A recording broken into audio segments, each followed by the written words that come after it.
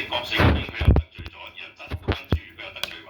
咁唯有最尾就係整咗幾個 CGI 電子間出嚟啦。咁而家電子間人有個最大鑊就係含有一個恐怖谷效應啦，就係、是、你去到哇驚嘅啲電影人，咁啊個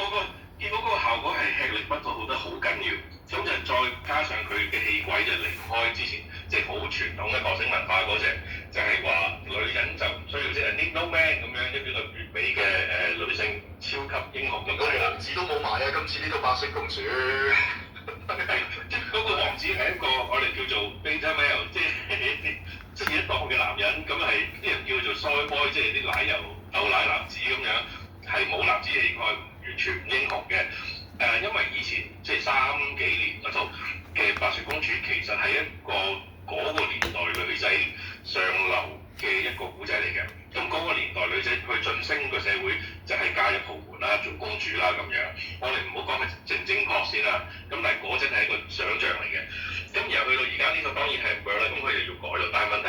個古仔即係迪士尼呢個戲軌傳統就係即係加入去做個古仔嚟㗎嘛，好難去改喎。你又要改做飛雪啦已經，咁又要專登個樣，其實個樣唔係好差，但係個造型好差啦。咁又俾人笑佢係似史力膠嗰個國王啦，甚至有我懷疑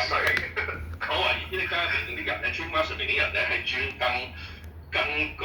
舊白雪公主去到寫佢呢個國王，因為咧有人對翻 match 翻好多嘢嘅，就係、是、嗰個國王咧個髮型同我白雪公主一樣啦，即係。